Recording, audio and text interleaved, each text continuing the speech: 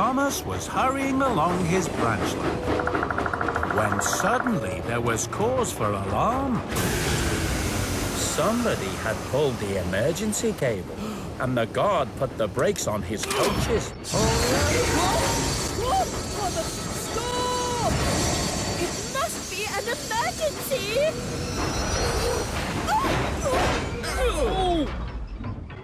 Everyone wondered what the emergency could be. Quite right. I couldn't have put it better myself. What's that sound? My wheel! It has a flat spot now. Annie had developed a wheel flat after being dragged along with her brakes on. Her wheel wouldn't turn.